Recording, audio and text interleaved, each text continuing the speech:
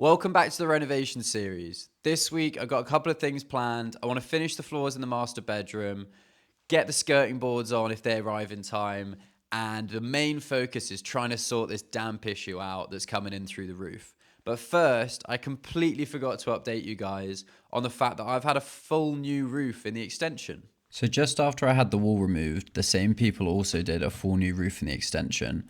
It's got an increased slope compared to the old one, and it's obviously much stronger, much better, doesn't leak, and it's got a pretty cool skylight. It's so much brighter in here with the skylight. It honestly makes such a big difference, especially when you don't have any electricity or lighting in here. So it means that I'm not fumbling around in the dark in the morning trying to make a cup of tea, although I still have to cook my dinner with a head torch on. Been looked at by building regulations. They're happy with all of it. Needs to be insulated, obviously. I've got 120 mil PIR, which is outside, and then I've got some sort of thickness of insulated plasterboard, so that'll all be going up because, yeah, it's pretty cold in here at the moment. But I'm waiting until I've got the full kitchen design so that my electrician knows where to put all the wires, and then I'll insulate around that. And I've got some mad piping that needs to be sorted out at some point, but trying to just not think about this kitchen for a while because I need to get the bedrooms done. Another thing that's happened in here, a few weeks back I showed you that I had a full new boiler system, which was great for about a week because basically the flue that comes out of here for all the the chimney thing, that was going straight out of the roof. But obviously I then had the roof replaced, so they had to remove the flue and turn the boiler off, do the roof, and then I've basically been waiting for somebody to come and fit a new flue for like 2 weeks, so it's been pretty cold. But I've got a new flue now. I decided to go with a horizontal flue that goes out the end of the extension rather than through the roof, as the plumber said you're way less likely to get leaks, and I've got enough water coming in as it is.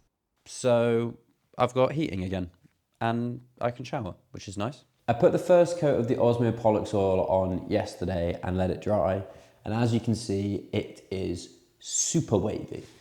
It is, the other one went a bit wavy, but this one is just like crazy wave. It turns out at this point the oil hadn't actually fully dried. So I put a heater in the corner and waited about 24 hours for it to fully cure. Once I was happy it was definitely dry, I went over it with some 120 grit sandpaper to try and remove any of the waves. For the second coat, I made sure to completely cover the whole roller in the oil to get a more even spread of the oil on the floor. I then started in the far corner and did one long stroke the whole way along the length of the room. This was definitely what was giving me the waves last time because I was doing it in really short strokes back and forth.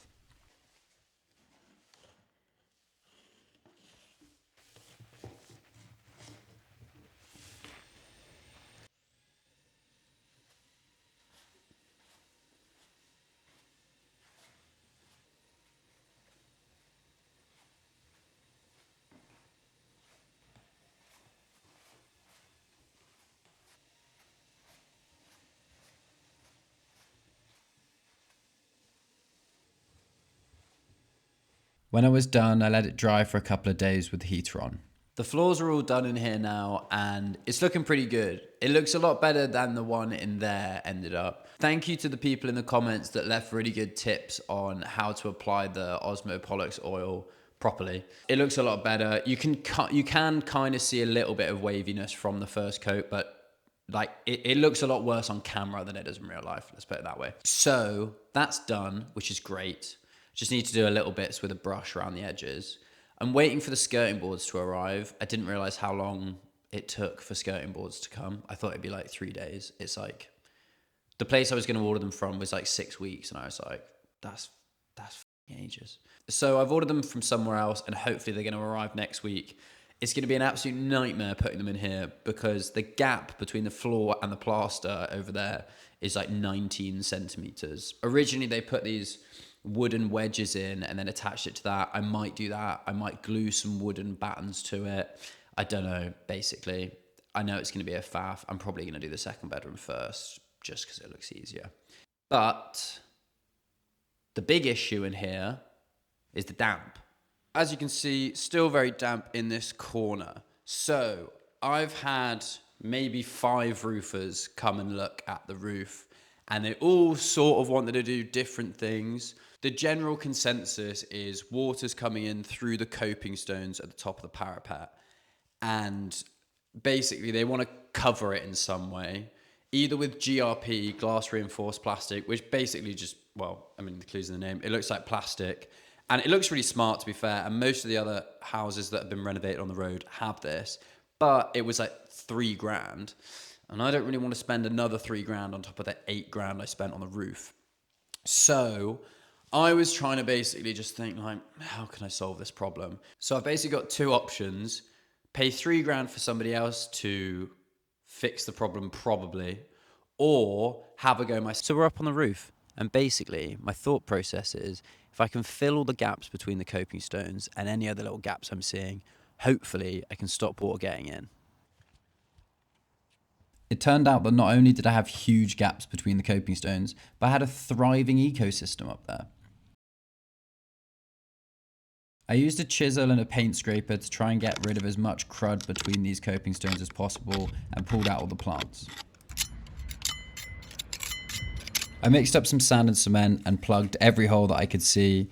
It was kind of impossible to film this and do it while also being on a roof, so this is what it looked like at the end. I then realised the render on the other side of the parapet wall had a crack running all the way along underneath the coping stones, which I'm pretty sure is the main reason water is coming in on that side of the house.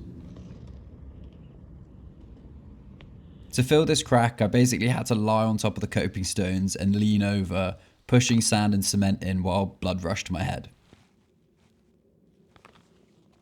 Once I'd filled all the cracks in the roof, my plan was to dry this out, as we were going to have a couple of days of no rain, and then see basically whether what I'd done had worked. 2 issues with that plan. 1, it obviously rained.